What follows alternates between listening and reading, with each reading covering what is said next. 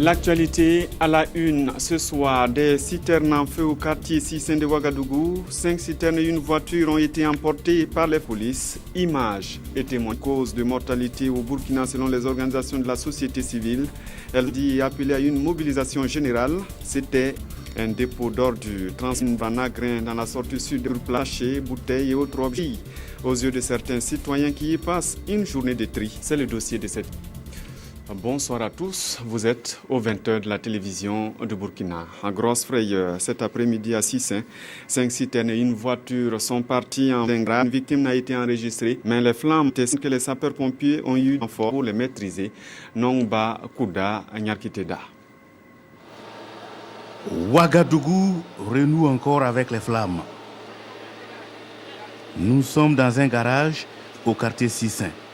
5 citernes ont été brûlées, une autre à moitié et une Mercedes dont les épaves traduisent la violence et l'horreur du feu. L'origine est ignorée par les occupants qui étaient pourtant présents. Puisque nous n'étions pas là, c'est quand on a vu la flamme qu'on est parti, que c'était comme ça. Bon, puisqu'on n'a pas su comment ça a commencé, on a vu la flamme. Il y a des gens qui étaient ici, les camions, ils n'ont pas pris feu. Voilà. Mais avec l'air de repos, ils étaient partis pour manger, donc il n'y avait personne sur les camions. À notre arrivée sur les lieux, les flammes ont été déjà circonscrites par les soldats de feu qui ont dû renforcer le dispositif venir à bout de l'incendie. À l'appel des secours, dès que les premiers gens sont arrivés, ils ont dit que le feu se trouve dans un garage où il y a plusieurs camions citernes à l'intérieur qui menacent d'être en feu. Donc c'est là qu'on a anticipé en envoyant d'autres moyens en plus pour pouvoir venir contenir le feu et éviter que le dégât ne se propage. Pour l'instant, dire de donner les causes de l'incendie, la police est sur les lieux et seules les enquêtes pourraient permettre de citer les origines, voire du ministre en charge de la sécurité qui a effectué une visite sur le site. Au moment où nous quittions les lieux, la police s'attelle pour les premiers aspects techniques de l'enquête, alors que les sapeurs-pompiers, eux, fouillent les coins et recoins pour ne laisser aucune braise. Pour maîtriser tous ces risques, le président du Faso était face à la haute hiérarchie militaire. Roch Marc Christian Kaboré, chef suprême des armées, a pris connaissance du fonctionnement de l'institution. Les deux parties ont évoqué la question de la réforme. Le chef de l'État a donné des instructions pour la sécurisation du pays. Paul David Bambara, Aboubakar Sagnon. Sur le perron du ministère en charge de la Défense, le président du Faso et ministre de la Défense nationale et des anciens combattants reçoit les honneurs militaires.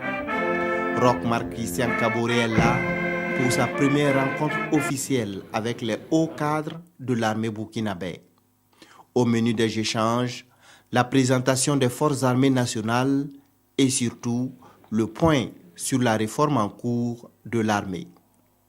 Sur ce point, le président du Faso attend des conclusions consensuelles qui permettront de bâtir une armée professionnelle où règne la cohésion, la discipline et l'unité. Nous avons besoin d'une armée républicaine, d'une armée apolitérale, c'est-à-dire qui est dotée des moyens pour assurer, comme je l'ai dit, la sécurité du territoire et la sécurité des Burkinabés. Le chef de l'État burkinabé, chef suprême des armées, a invité la commission en charge de la réforme de l'armée à réfléchir sur la gestion du personnel, car 70% du budget de l'armée est consacré au paiement des salaires. Sur le plan matériel, des mesures seront prises pour doter l'armée burkinabé de moyens nécessaires pour ses missions. 20 jours après les attaques terroristes qui ont frappé le Burkina Faso, le président du Faso, Roch Marc Christian Kaboré, a rassuré toutes les mesures sont prises pour assurer la sécurité des populations. Et la sécurité du pays a fait l'objet d'une rencontre entre le ministre en charge de la sécurité et les médias. Face aux journalistes, Simon Compaoré a indiqué que des efforts seront faits pour équiper les forces de sécurité. Selon lui, le gouvernement fera tout pour restaurer l'autorité de l'État. Jean Zongo, Abdelaziz Yagibou. Sur le chantier de la sécurisation du territoire burkinabé, le challenge est grand, les tâches urgentes. Les événements malheureux qu'a vécu le pays ces dernières semaines en disent long. La vigilance doit donc être de mise pour ne plus se laisser surprendre, indique le ministre d'État en charge de la sécurité. Simon Compaoré rassure qu'un important dispositif sécuritaire a été déployé pour parer à toute éventualité. Des unités spéciales de la gendarmerie, de la police, de l'armée veillent constamment au grain, aussi bien à l'intérieur du pays que dans les zones frontalières. Elles sont appuyées par des services de renseignement dont l'efficacité constitue actuellement l'une des préoccupations du gouvernement. Le challenge est grand, les défis sont nombreux, mais les moyens ne suivent pas.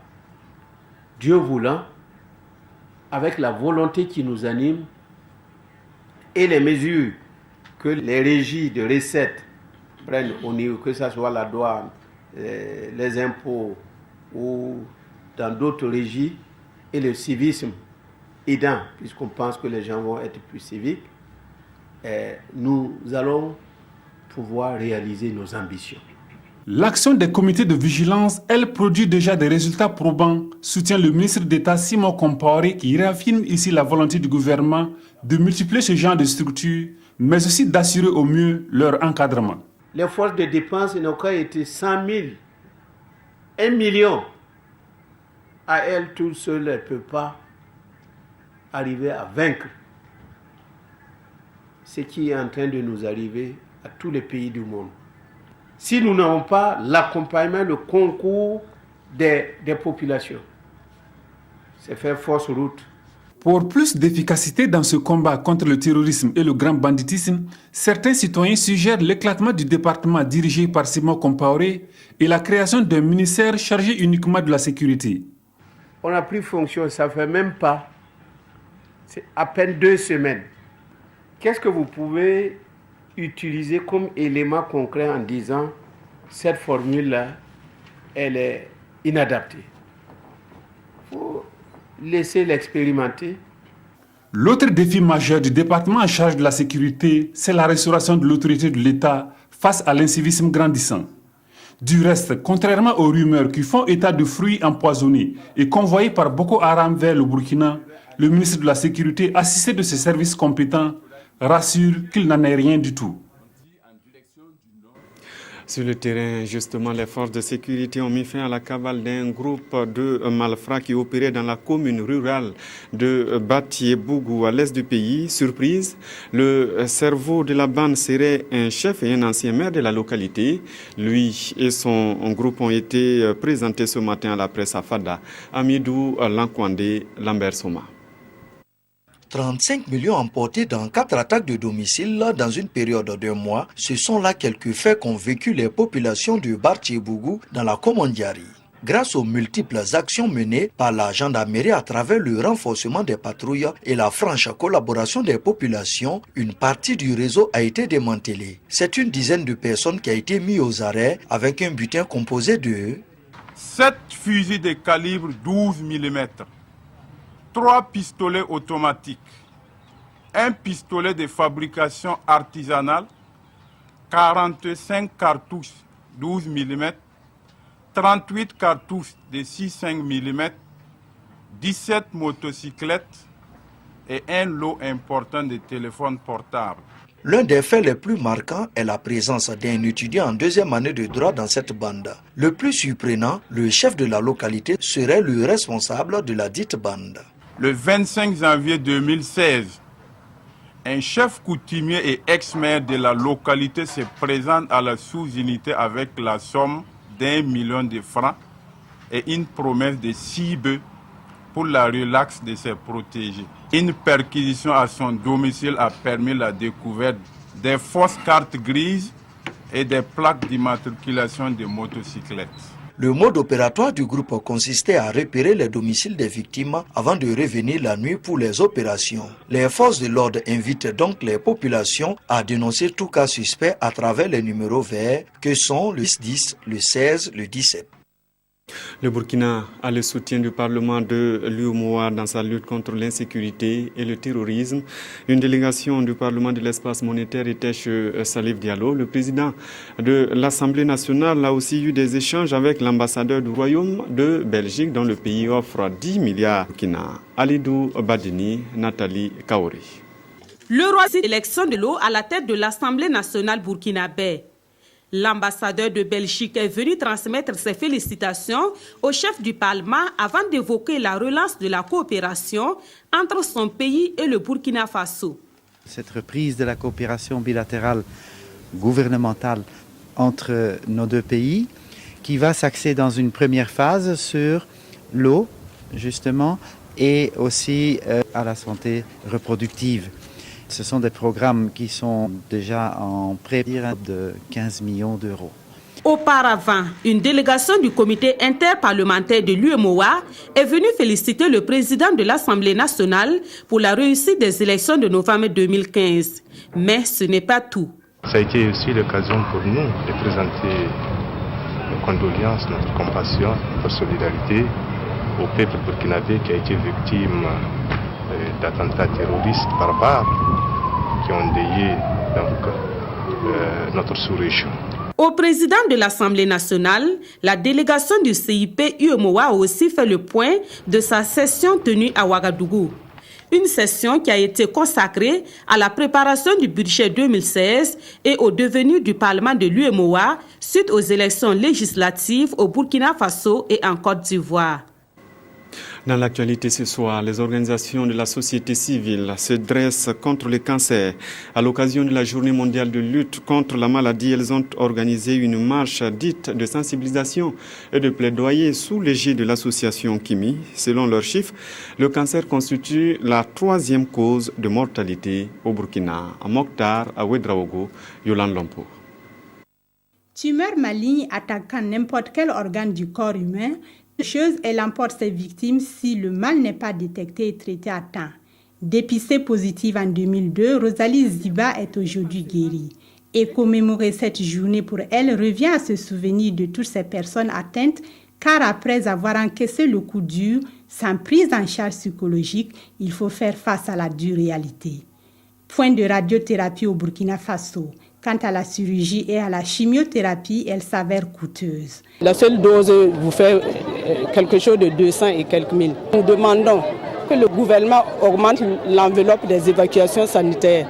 En attendant, bien sûr, création du centre de cancérologie à Ouagadougou. Première cause de mortalité dans le monde, entre 2005 et 2015, le cancer aura fait plus de 84 millions de victimes. Et si rien n'est fait, 10 000 nouveaux cas par an, nous pouvons, je peux, pour barrer la route au cancer. La problématique du cancer dans les priorités gouvernementales et dans les conventions avec les partenaires techniques et financiers. Nous demandons de prendre les dispositions nécessaires pour rendre accessibles et à coût réduit les médicaments anticancéreux au Burkina Faso. À l'issue de la marche contre le cancer organisée par l'association Kimi en collaboration avec les associations actives dans cette lutte, un plaidoyer a donc été remis au ministre de la Santé. Depuis 2013, un plan stratégique de lutte contre la maladie existe et les malades sont en attente d'une meilleure prise en charge. Et une autre maladie fait parler d'elle en ce moment, le virus. Elle est par un moustique qui constitue un danger pour les femmes enceintes. Elle cause notamment des malformations. Zoom sur le mal avec Karim Ilboudo et Moussa Sano.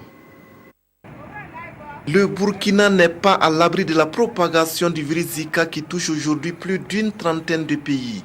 Avec des cas signalés au Cap-Vert et du fait de la mobilité des personnes et des biens, l'OAS, l'Organisation Ouest-Africaine de la Santé, pense désormais que c'est toute la sous-région qui est exposée. Il s'agit d'une maladie qui est transmise par la piqûre d'un moustique. Le moustique, c'est le moustique du genre Aedes.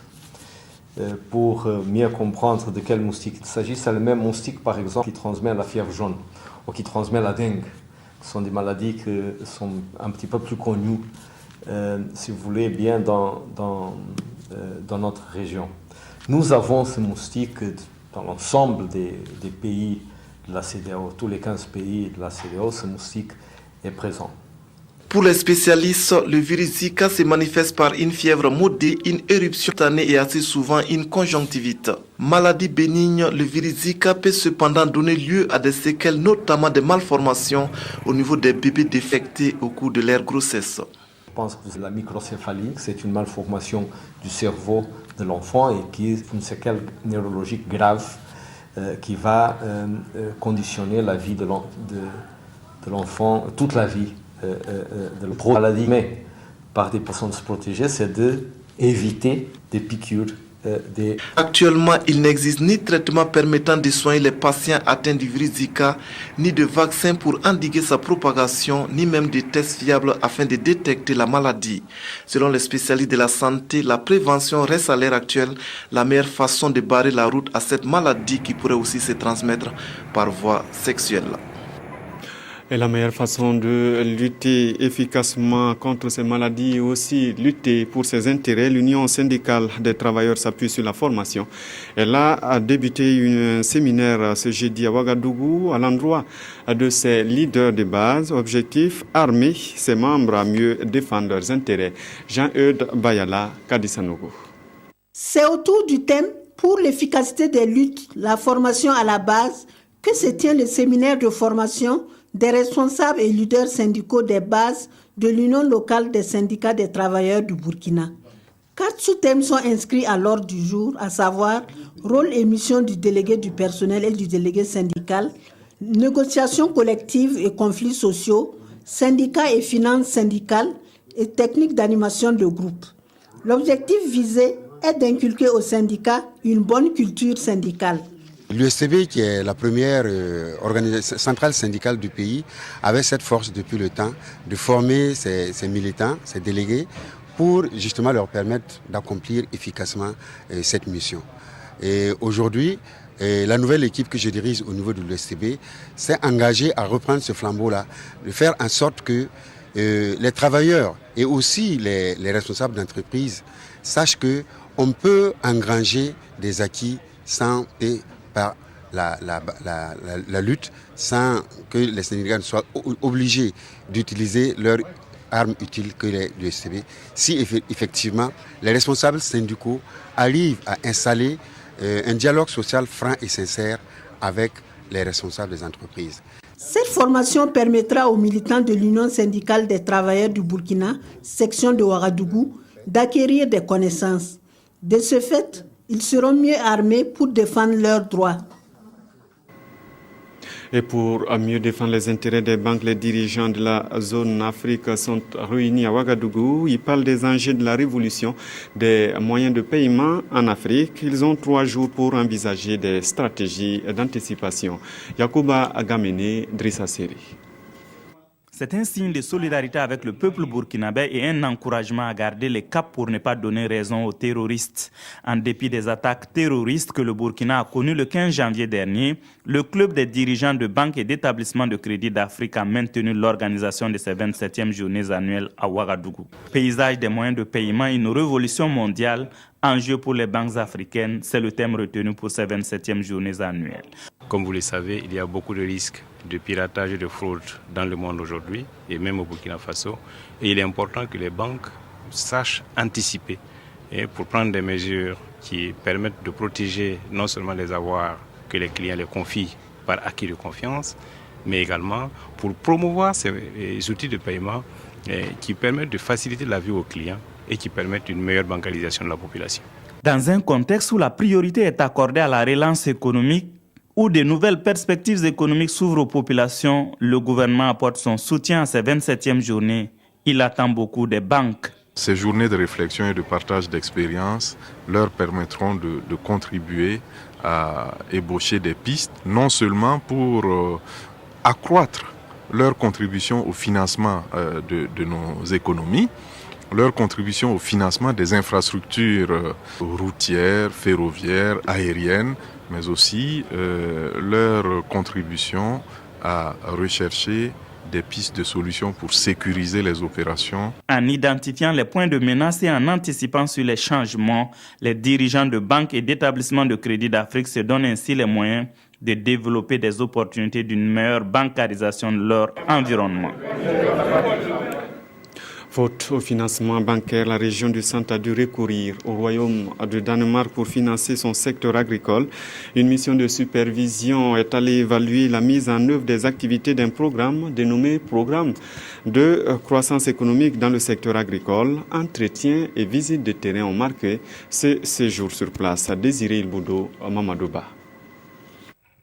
La dynamique enclenchée par le programme de croissance économique dans le secteur agricole PCESA porte ses fruits dans la région du Centre-Est. Bénéficiaire d'un appui conseil de ce programme, la ferme Kaboré, située à Coquin-Norin, dans la commune de Koupela, force l'admiration de ses hôtes.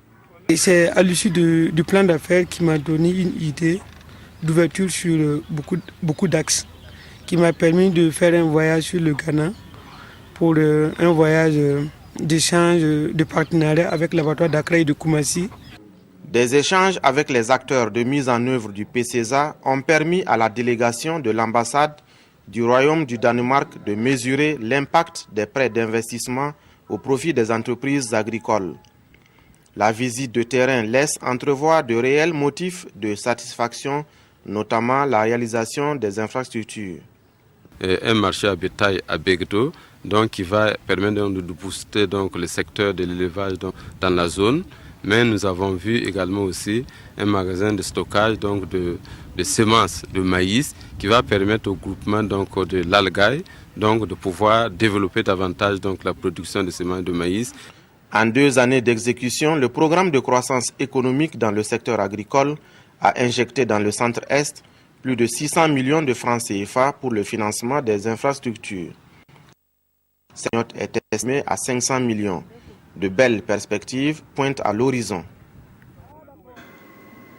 Une visite de terrain toujours dans ce journal. Nous allons dans le quartier Nagrin de Ouagadougou. Vous y trouvez un dépôt d'ordures à ciel ouvert, mais pas comme les autres. Sur place, chaque sachet, bouteille et morceau de fer est une mine. C'est là qu'Alizeta Tapso bâtit sa pitance depuis 6 ans.